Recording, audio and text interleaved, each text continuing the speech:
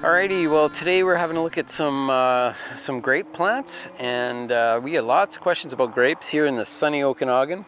This is a perfect climate for growing grapes, really, and we're finding especially the vinifera varieties really popular, and we're doing a great job. The wineries out here are kicking butt, I would say, pretty much all around the world, becoming known as probably one of the best wine growing areas pretty much anywhere.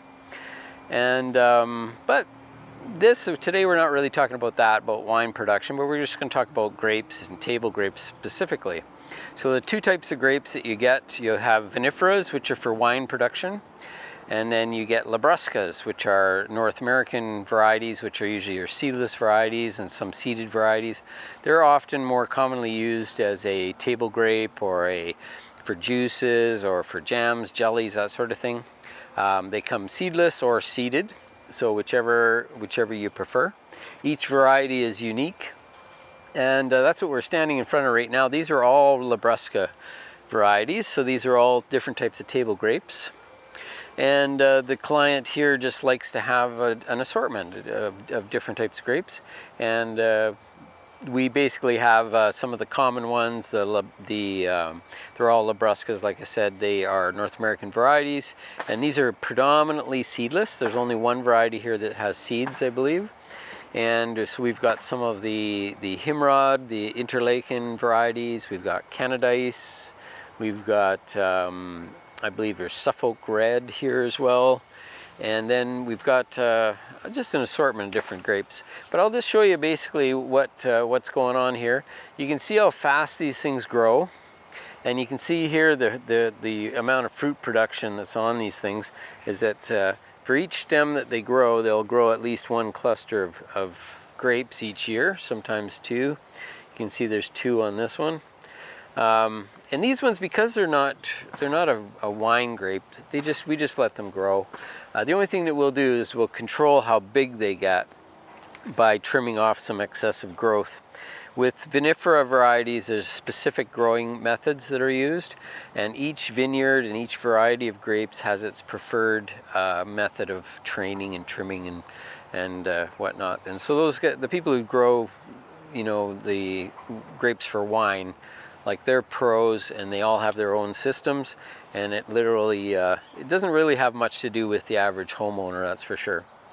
But you can see the old wood that we see here with the old bark on it, and that's just showing you that wood is from the previous few years.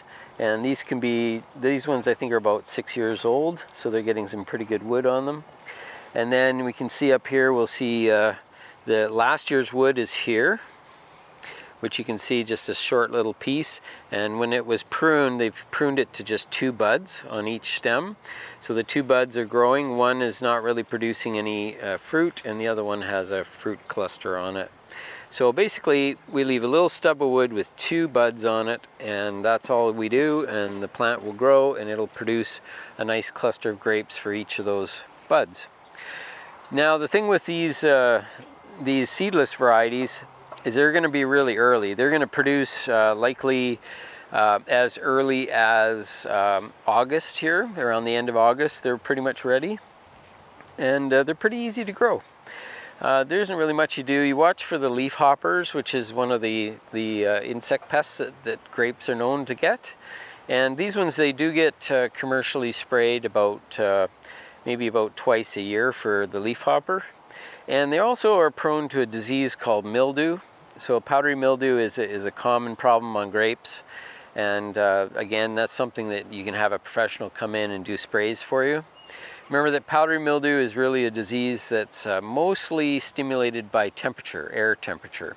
And so this year we've gone sort of right from winter right to summer. So we haven't had a lot of the temperatures that would stimulate mildew to grow. So this might be a really good year and not have a lot of mildew happening. So we've kind of zoomed right past the 20 degrees Celsius where the mildew really likes to grow. So now we're at 32 degrees Celsius, so it's beautiful weather. We've got a little bit of a breeze happening, and that's fabulous. I'm noticing a fair bit of tatter on these grapes. So we see some of these leaves are tattered. So they have somehow been damaged. I'm not really sure how that's happened, but that's called tatter when you get leaves that are like that. It's some physical force has hit it and caused that. So we're only noticing it here and there, so I don't expect that to be an issue, but I did notice it throughout. Sometimes it can be caused from a hailstorm or something like that. Sometimes there is actually another fungus disease that can get on a leaf that can cause the leaf to split and crack like that as well. But these guys are pretty happy, pretty healthy, and shouldn't be any issues there. So yeah, as far as the grapes go, they're pretty easy to grow, and I would just say that you want to pick and choose your varieties carefully. If you like the Labruscas, remember that the Concord grape is one of the most, I'd say the most well-known of the Labrusca group.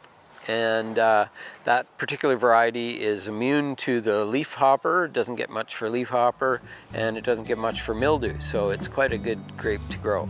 So they're using that as one of the grapes for breeding some other seedless varieties, and it's really helping bring those plants, give those plants some of those same attributes. So Coronation Sovereign is one that's a cross with the Concord. So anyway, that's it for today. Thanks for tuning in to GrowerCoach.com.